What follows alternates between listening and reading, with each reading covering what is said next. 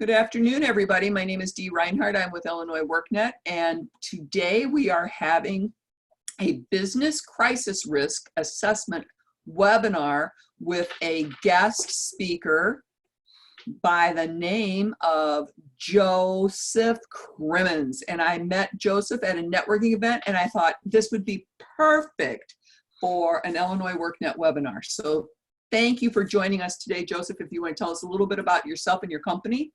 Yep, thank you, Dee.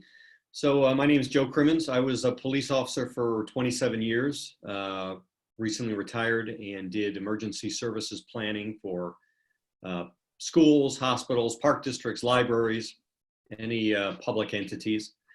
So when I retired, I realized that our business community did not have the same sense of crisis readiness for most topics that those other entities did. So this company was started to help businesses prepare and be ready for a dangerous event or situation that could negatively affect their employees or their businesses. So that's why we're here. And just to let everybody know, we are recording this webinar and we will post it on our YouTube channel when we are done today. So Joe, I'm going to start with the next slide. Are you ready to go? Yeah, let's go. Okay, we're going to talk about crisis plans, crisis policies, training on various topics. The goal of this is to be prepared and be confident. Nothing that we present as a company, none of the services we provide have anything to do with scaring people or making training dramatic or traumatic. It's not about that. It's just simple. It's simply building up people's skill sets. The majority of us do not experience crisis situations in the workplace or dangerous situations in the workplace. But as you turn on the news, you read the papers, you see that it does happen, and people are injured and people are killed. So the steps we take today and talking about it is going to save lives, and that's what makes this so exciting for us. And nothing about saving lives is scary or dramatic or traumatic. So we're building new skill sets. So let's talk about crisis planning and actual written policies. And I think that's our next slide. Okay. We're all pretty cognizant of the fact that companies, most companies are focused on issues of profit and loss, return on investment, customer satisfaction.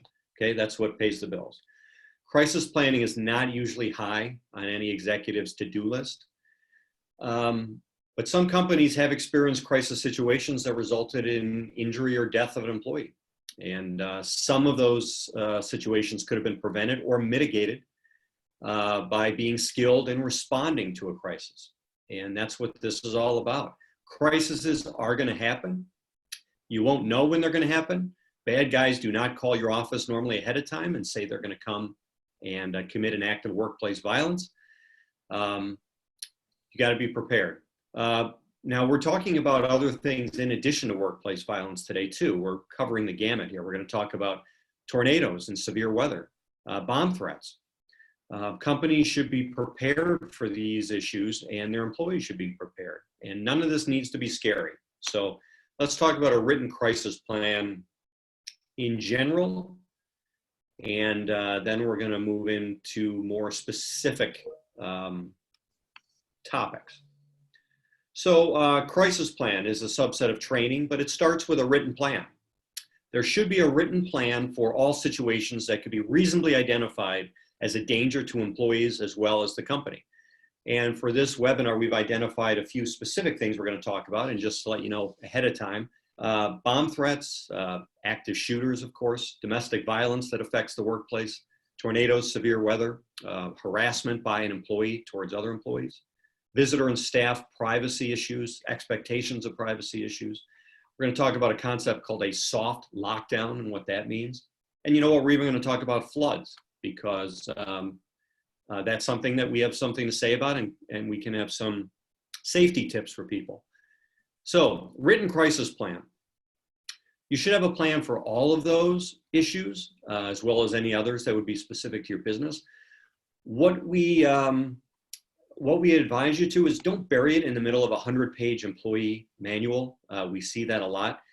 Have a what we call like an emergency action plan that is maybe it could be part of that document, but make it very easily accessible. Maybe it's your first 6, 7, 8, 9 policies, and stand alone enough that it can be pulled out and trained on a semi-regular basis, at least once a year, or certainly for any new employees that come on board. So having that emergency action plan will prompt that training on those particular issues. Some issues you do need to practice on. A bomb threat response, a domestic violence issue. What do you do with those? Severe weather, going into a soft lockdown, as I mentioned. Those are policies that people, there'll be time probably to go back and look at the policy if it's happening to you, and that's great. That's why you want a easily accessible emergency action plan to see, what am I supposed to do? I've never encountered this. Now, there's one plan that you'll never have a chance to look at the plan. You will just have to know how to act, and that's an active shooter or any act of workplace violence. There should be a written plan on that, and it should guide training. But the point of that plan is not to look at it and read it while the event is happening, of course. People need to know how to react immediately, and we'll get into the action steps about that response. So other than that, pretty much any other policy, you will have time to pull it out and look at it while an event is brewing, or it's coming your way. But that's the only one you will never have time to read. You got to know how to react and respond to an active shooter or any act of workplace violence. Okay, our written plans, we put in specific action steps. Many policies we see are so general that they really don't help anybody. It basically says, if you see this happening, look for a supervisor, and a supervisor will do this and a supervisor will do that, and then they'll have some specific action steps for employees. And we have some action steps we're going to share with you today on all those different topics we talked about. Okay, the crisis plan. This is also going to prompt the company to do training. The training will be based on your written plan. Training should not be a check the box activity. And there's a concept we know or we discuss called the red binder syndrome. What this means is somebody at some point in time was tasked with coming up with a plan for some sort of a dangerous event, whether it was done for insurance reasons or whatever. Somebody did write a plan.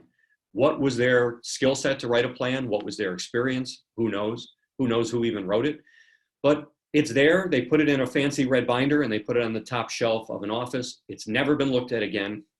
It's never been read. It has certainly never been trained on.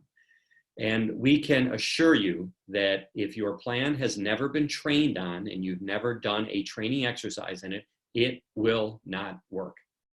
I can guarantee it.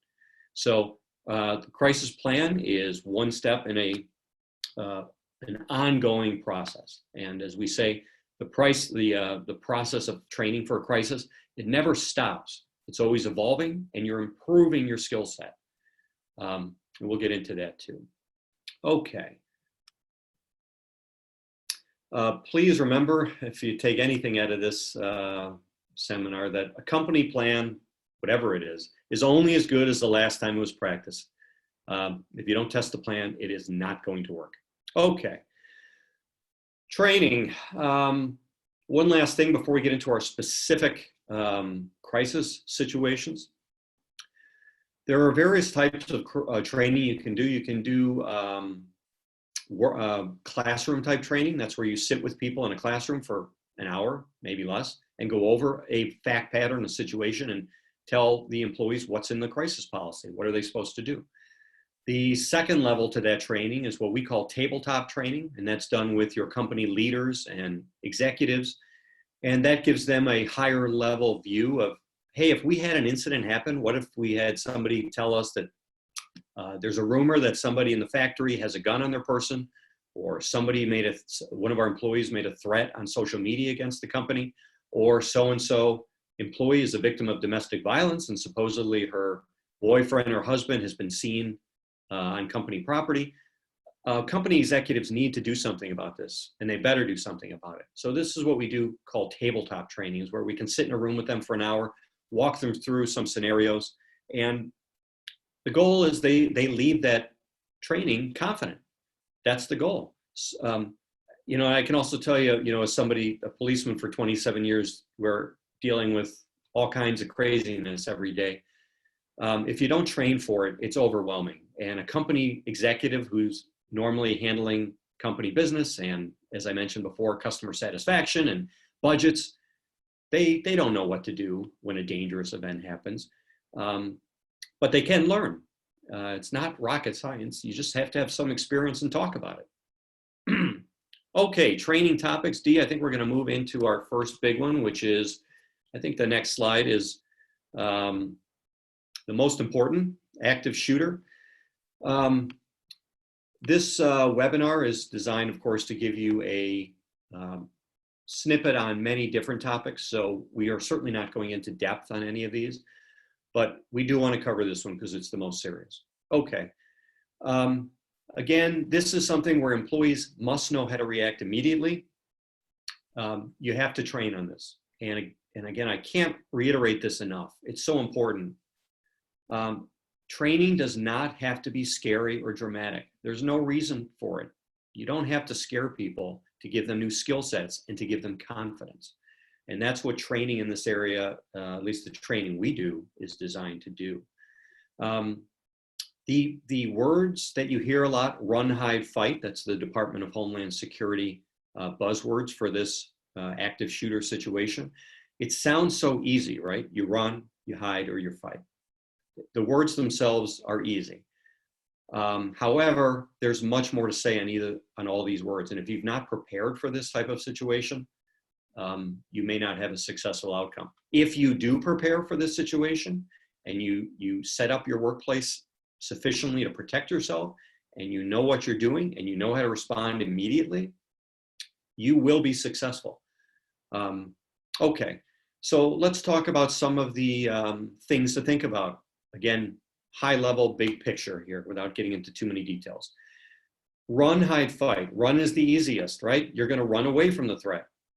Sounds great, but as I mentioned before, it's not always that simple.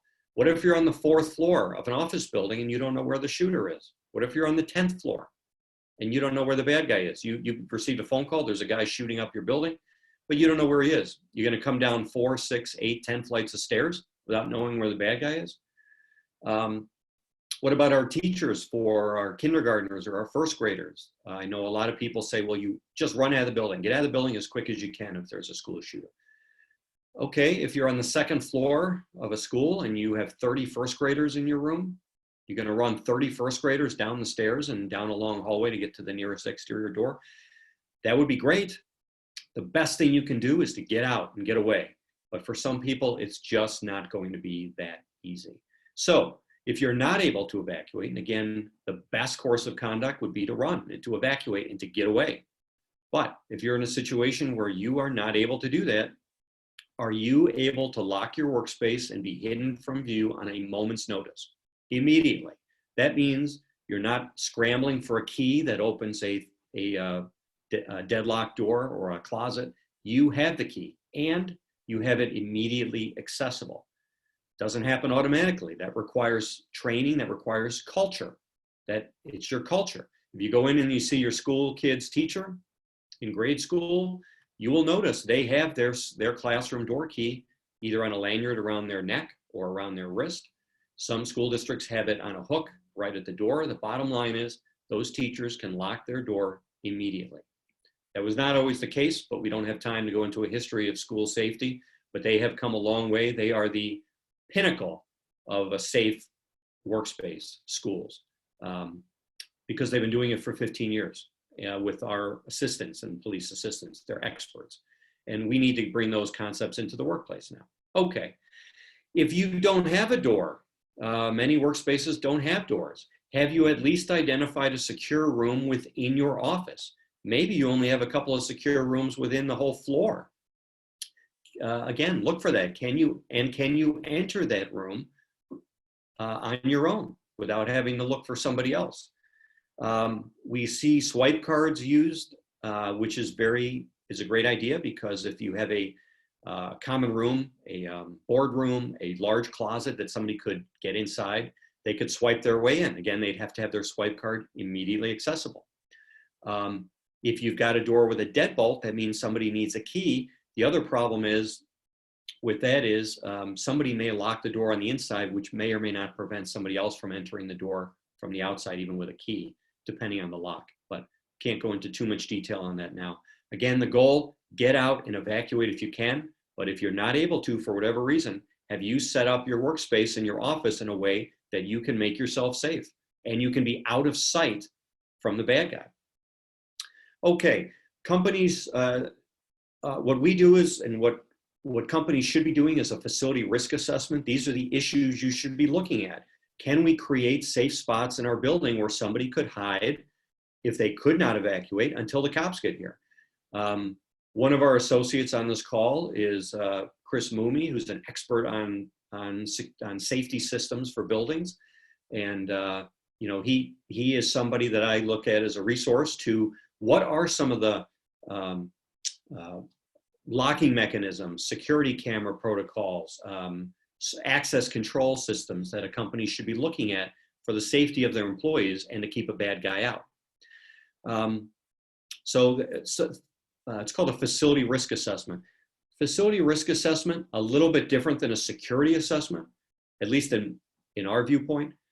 A facility risk assessment is specific to keeping people safe from acts of violence and from bad guys. So we concentrate on access control policies and procedures, allowing people into your lobby unescorted or even into the building without being buzzed in. Locks on doors. Are there spaces for people to go and to hide until the cops get there? Cops will be there in 5 minutes, hopefully. We just got to stay safe and out of sight for those 5 minutes is really what it comes down to. Okay, other facility risk issues to think about in terms of this active shooter mitigation or keeping yourself safe. How do we secure our building and restrict entry into the building from visitors?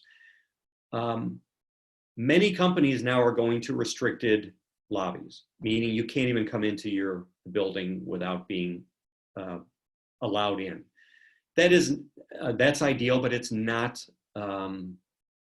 practical for many of our small businesses. But they do need to come up with some sort of a protocol in which they know that somebody has entered their building. We have seen offices where people are entering a large workspace, even a factory, and there's nobody to greet them. There's no exterior bells or notification anyone in the building that somebody walked in. And these are things that a facility risk assessment will help pick up on and make your space safer. Do you have restricted areas in your building? Some pharmaceutical companies, hospitals for sure, psychiatric hospitals, maternity, mother and child hospitals, they have secure floors, secure hallways.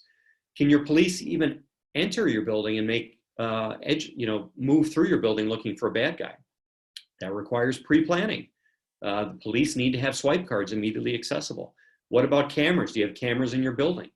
Can the police access those cameras remotely or from their squad car computers? So these are things that we talk about in facility risk assessment reports.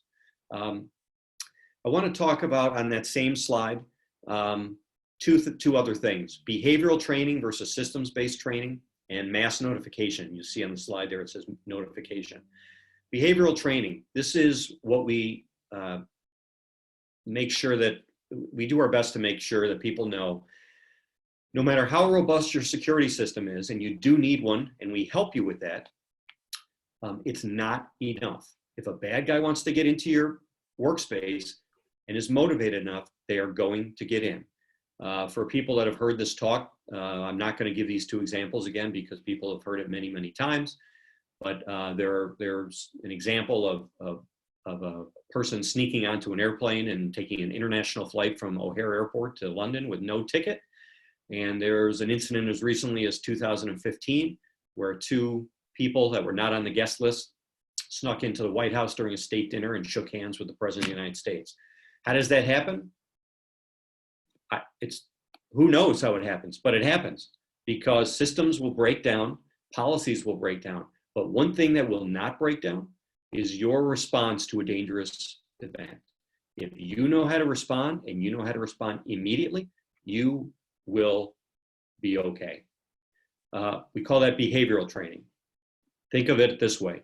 No matter how robust your security system is for your corporate campus or your building, this training is designed for you. What happens when the bad guy is already in your workplace, when he gets through those security systems? That's behavioral training, and that's what's very exciting because we're teaching people how to react appropriately and immediately.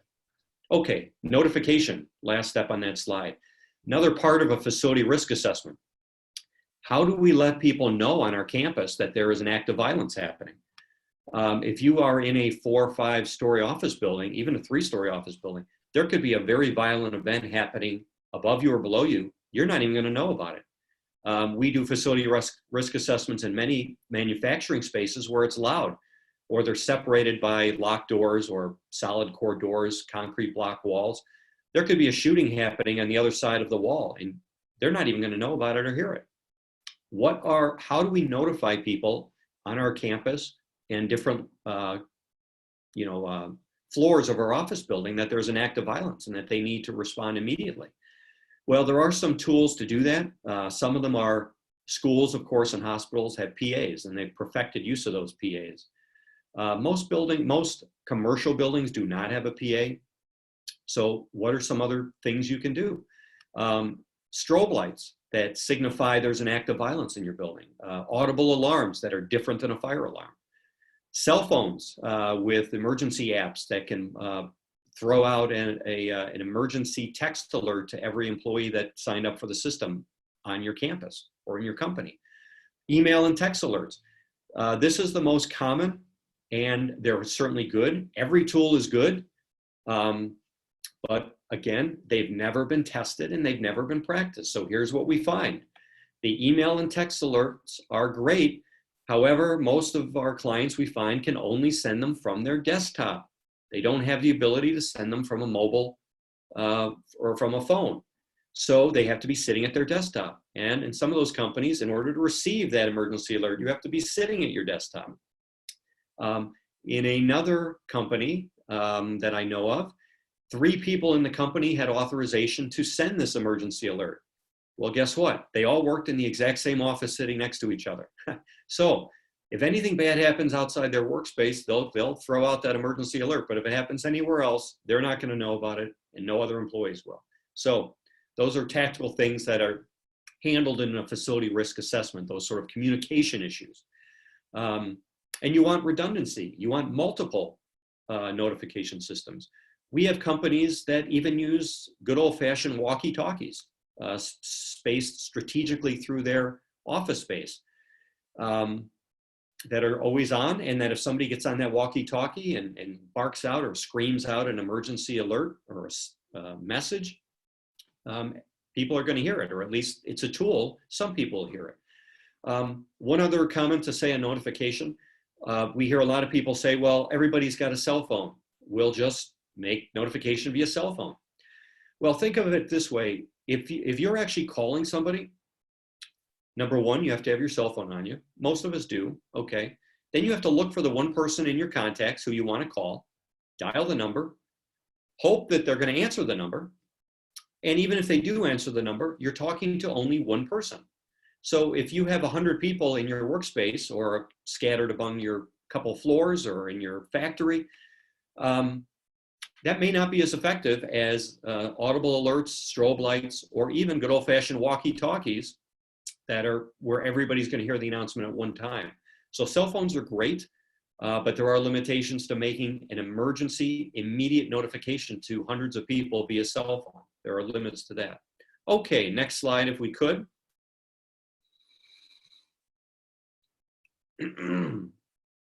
And I think we're going to go into specific policies, and I'll keep moving on. We're going to go through some other specific crises. We talked about active shooters, or at least we talked a little bit about them. Joe, before you move on, if anybody has a question, there is a button at the bottom that they can click on the chat and type their questions in the chat, and that way I can ask those for you. Great. Now I'm going to move on to the next slide for you. Sure. Yeah. Okay. Yeah, and forgive me for moving quickly, but we got a lot of stuff to cover, and I really want to make sure people leave here with a lot of specific information that they can take back with them. And so I'm going to cover a lot of information quickly. Okay, policies may not go in the exact order you see on the screen, but these are some of the policies that a company should have a written plan about, and they should have had training on it and talk about it. Again, don't make this scary. Don't make it scary. Talk about it. Talk about it like we would talk about any dangerous chemical in the workplace, or a forklift, that somebody gets 2 hours of instruction on a dangerous forklift in the workplace. These are all similar type issues. These things can hurt people, and we should talk about them and not be afraid of them. Okay, first one I'm going to talk about is domestic violence relating to the workplace. And you might say, well, what does that have to do with the workplace?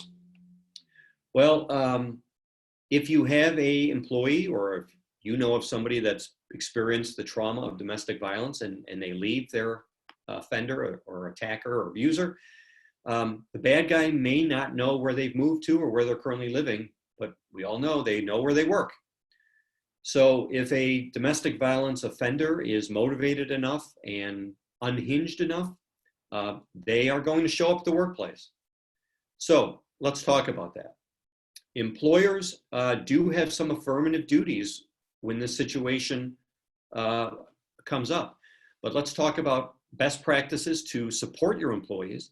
And let's also talk about steps that as an employer you can take and you should be taking to make your workspace safer in that environment. Now, when that bad guy does show up, more than likely his target is his domestic partner. But we all know from previous events in our society that if anybody else gets in the way, they are also going to be a victim. So other employees in your workspace are all going to be potential victims if this bad guy shows up. This is an issue you should deal with as an employer and know about. Now, I know of one great success story with communication with an employee telling an employer about her situation and having a great outcome. I don't have enough time to tell you that story, but the point of this big picture again is create a culture, create a policy, a system where if somebody is experiencing domestic violence, they have a safe person to go to, a protocol where they can report the offender's description and car description, where it's still very private to the employee. The employee never has to be identified. Nobody in the company needs to know who the victim is, but the offender's car description, or even their physical description, and maybe their name, if it doesn't ID the employee, that should be given out through proper chain protocols to security, to people that are who need to know. And so they can see if this bad guy shows up. Okay, 2 statutes I want to mention to you.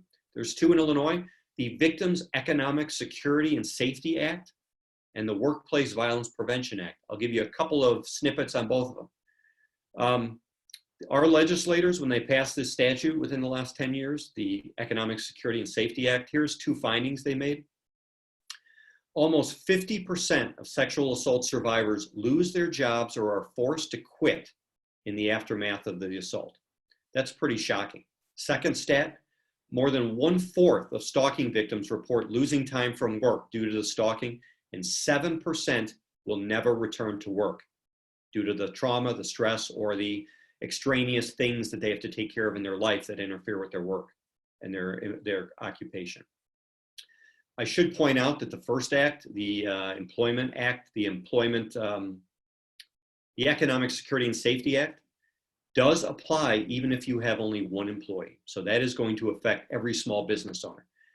Okay, without getting into the details of the acts, please know that they do allow unpaid leave for your employee to seek medical help, legal assistance, counseling, safety planning. We got to talk about that. Moving to a new residence and other assistance without penalty to get their life in order and to keep themselves safe. Now let's talk about a couple of things that specifically affect us as employers. We must make a reasonable accommodation for our employee. This includes changing their work telephone number, changing their seating area or their area in the building, installation of a lock or implementation of a safety procedure. Now that's really worth spending a few more sentences on. If this person is at risk of violence and they work for you, does this statute say that you have now some duty to take a reasonable step to keep them safe? We're not going to handle that right now, but I would throw out, let's go ahead and do that. Let's take those affirmative steps to make our employees safe, whether we need to legally or not. Let's do it because it's a good idea, and also because we always want to be on the right side of the statute. So, implementation of a safety procedure. What is that? That's open to interpretation. It's going to be fact specific, but I do just want to alert you to that. It could mean that you need to engage a security specialist to maybe have some cameras in their workspace, or at least on their exterior doors. Could it mean supervising them to their car when they leave, or walking them to their car? It'll be very fact specific, and it'll be based on what is reasonable for that employer. But I just want to make sure that you know about that, and that's something that you think about and at least discuss with HR and your legal team. Also, the provisions of this act must be posted in the workplace. So that's another thing to do, just to make sure you're not on the wrong side of litigation or of any sort of economic damage. Okay, Workplace Violence Prevention Act. This is, I would summarize this by saying this is almost like getting an order of protection on behalf of your business to keep the bad guy off your premises. Now, this act applies to employers with 15 or more employees. Also interesting to note, this covers volunteers, and it also covers board members, and of course, part-time employees as well. So it allows the employer to go to court and to get a workplace protection restraining order, similar to an order of protection that a victim could get. What are some of the reasons or some of the things you can rely on in court to get this? If your employee believes that the bad guy has made a credible threat of violence to be carried out at the workplace, or an unlawful act of violence has been carried out, and the bad guy has made a credible further threat of violence at the workplace. So I'm not going to go into any more detail on that, but please know about those two statutes. We have a few more minutes to get through a lot of topics, so I might move quicker, but I wanted to put the most important ones up front.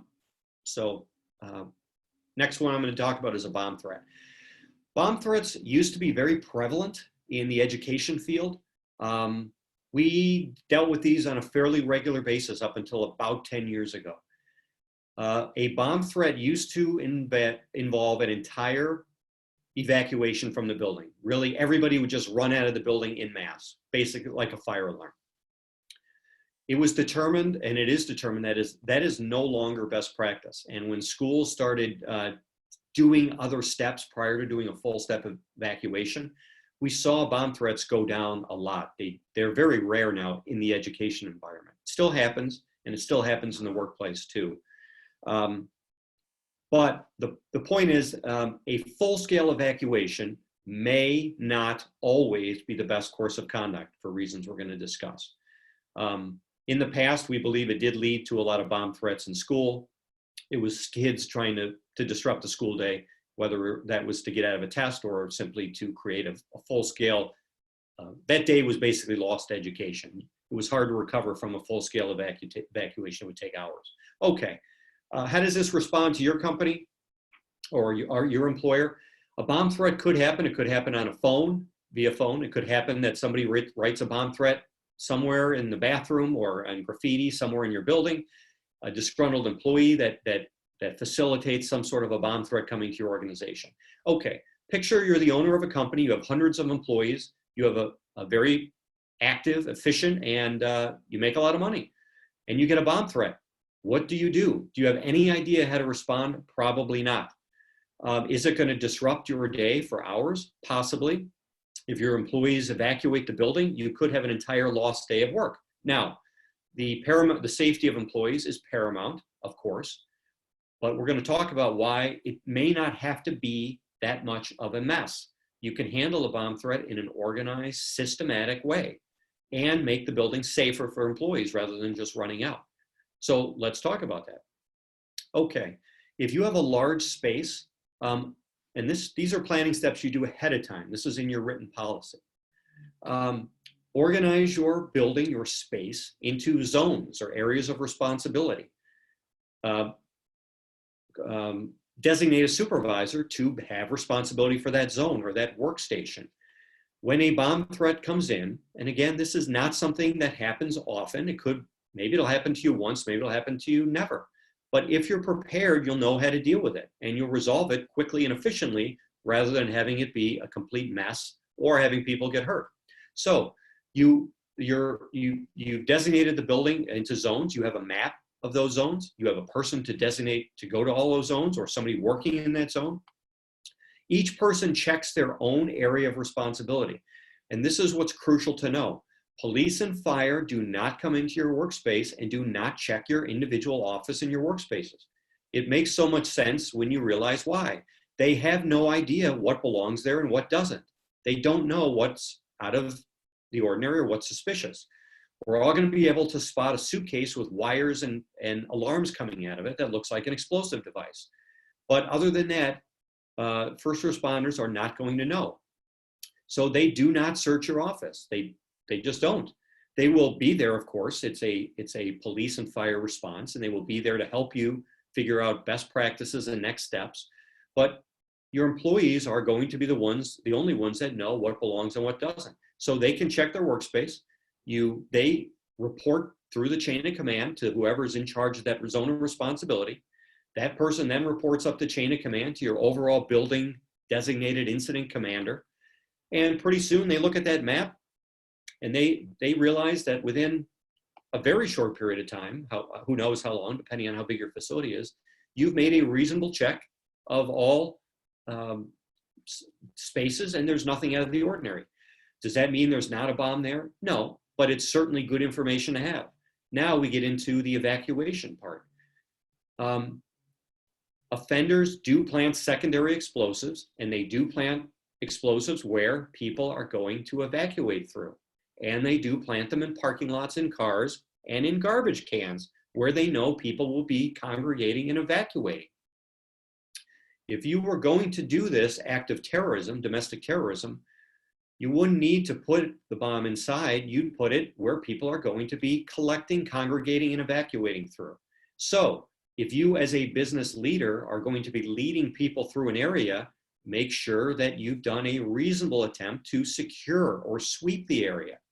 We also advise during facility assessments for companies that they remove, that they not have large garbage cans in certain areas. We're not going to get into the details of that, but we create an area where if you're going to have a designated spot for people to congregate, and that could be for fire evacuations too, that you don't have areas that could contain secondary explosives. Okay, so the point of that is you can do a systematic search of your building in an organized and efficient manner if you've done pre-planning. That sure beats getting a bomb threat, having no idea what to do, and then instructing 400 employees that there's a possible bomb in the building, but nobody has any more information. Okay, tornadoes, severe weather. First of all, Dee, if you can hear me, how much time do you think I have? I'm doing good on my end, but I want to know if I should talk quicker. You can talk a little bit quicker. We're at 2:41, so we're about 40 minutes in. Okay, very good. I think I'll wrap up a couple. Tornadoes, severe weather. Please note just two things on this topic.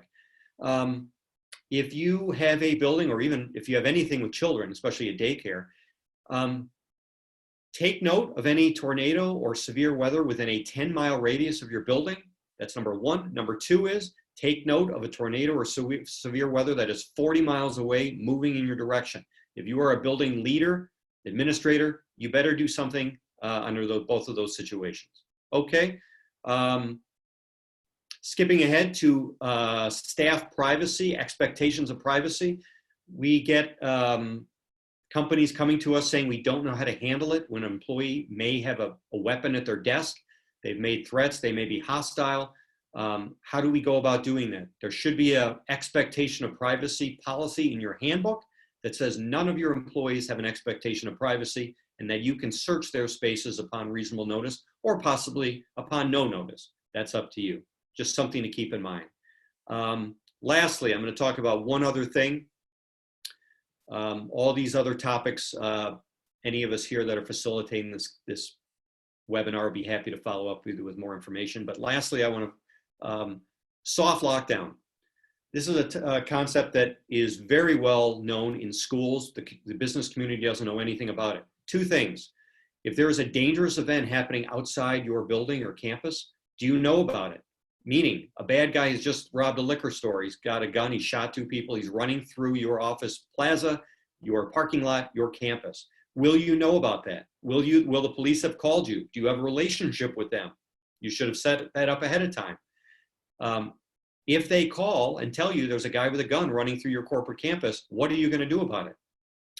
It's called a soft lockdown. You should know your perimeter doors get locked and you monitor those doors to make sure no bad guy comes in, or if employees are coming in, they're not coming in with a bad guy behind them. Number two, soft lockdown. If you have a crime of violence happening in your factory, your building, your workspace, somebody goes into a bathroom, they're sexually assaulted, they don't know who did it, put your building on a soft lockdown. It's basically a big timeout. It holds everybody in place. It keeps people from going into that bathroom and trampling over evidence. It preserves the crime scene, preserves evidence, and will allow you and the police to find your bad guy quicker because you've restricted movement and you've told everybody to stop in place. Okay, I think I'm done for what I can give you with content. How's that, Dee? That's good. We'll move on to the next slide. Okay, I think I'm gonna skip over that. Well, I'll say one thing about it while it's in there. I'm gonna skip the security guard. I'm gonna talk about chain of command.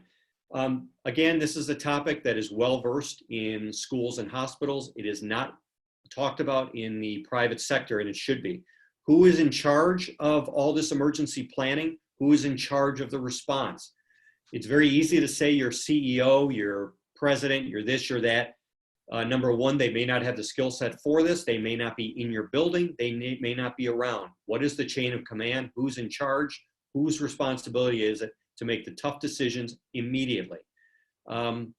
Also, second point, that was one of two. Second point, when you are doing your policies, when you are doing your crisis training, who is leading this? Who is in charge?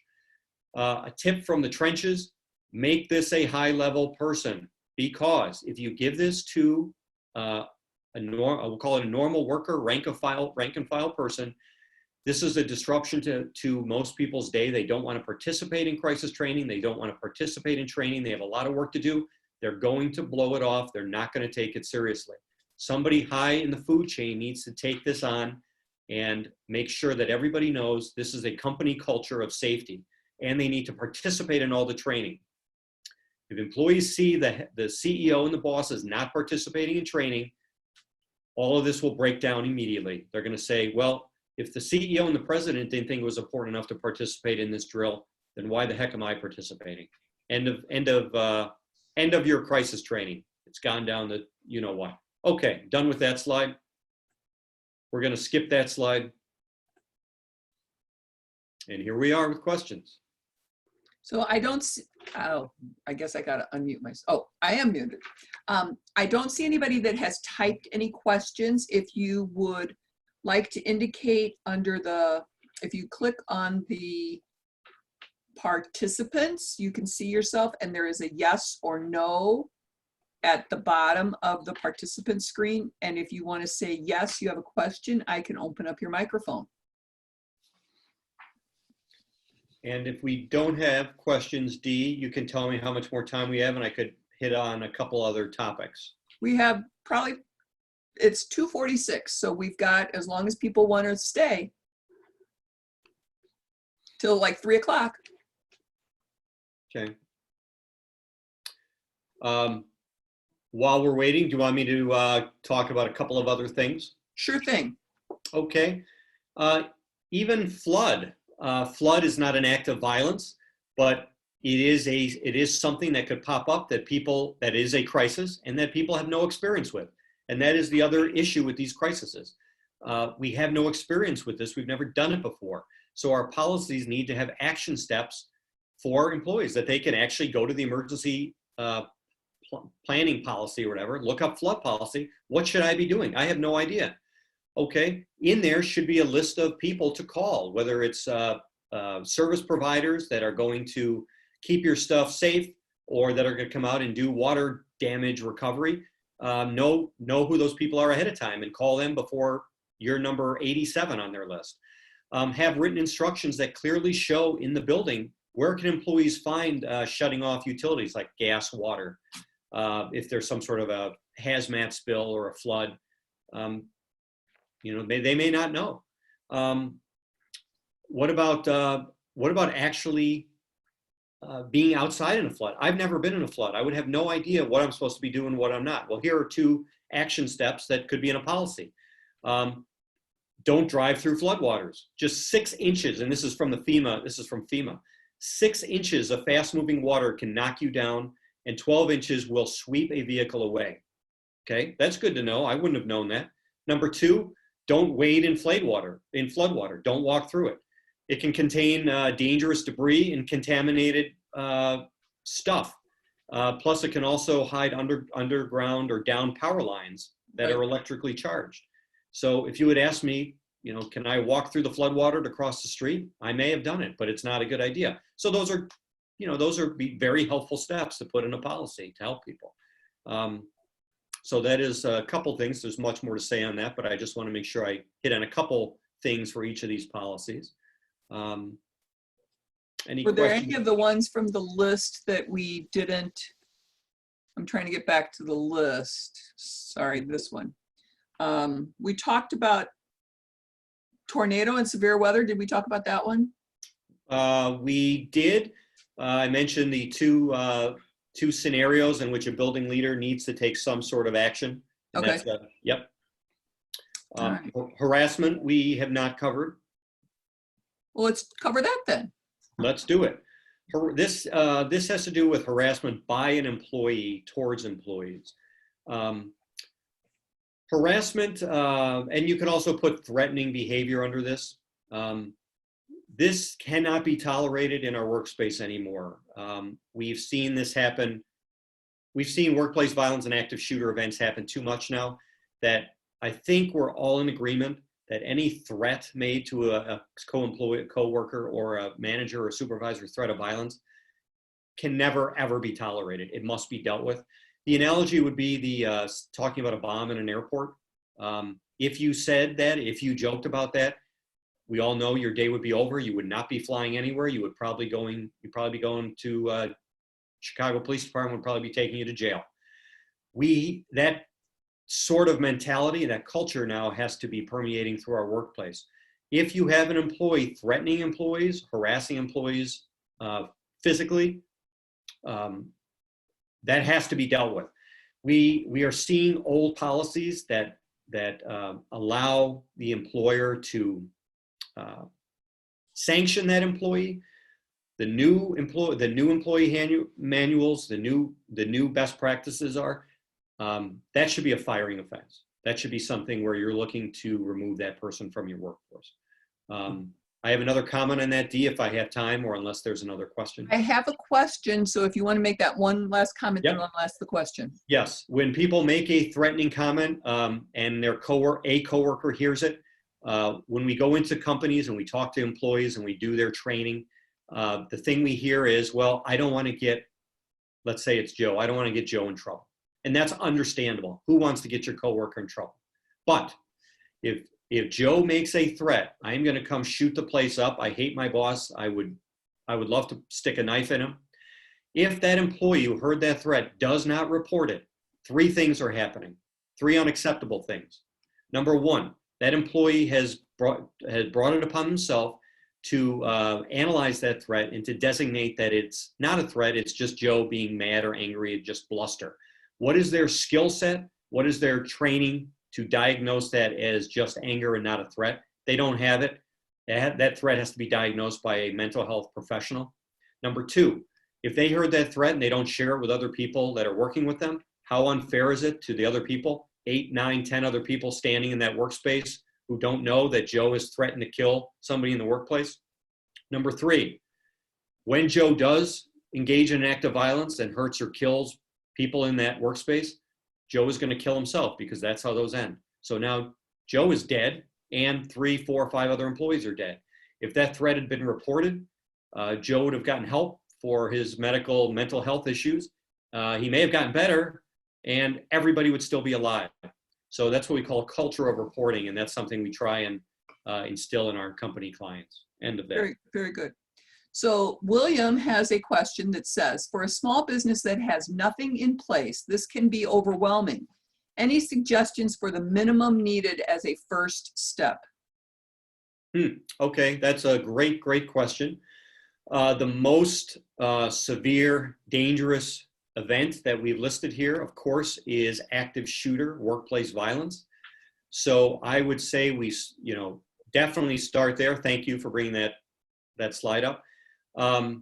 Really, if you handle this, everything other than this gets easy. So the minimal thing to do would provide training to your employees. There is I'll